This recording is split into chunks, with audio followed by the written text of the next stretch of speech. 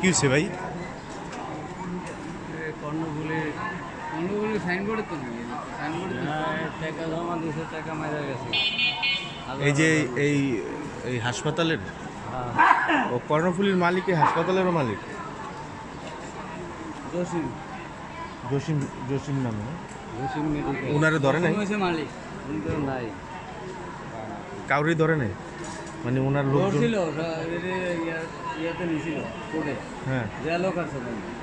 তারপরে ওরা ওখানে কোর্টে ইয়াকে জবান করে এসে যে মানুষের লেনদেন সব ক্লিয়ার করে দেন, এই কথা কইয়া দাবি নিচ্ছে কেস। না কালকে কাউরে ধরে নাই?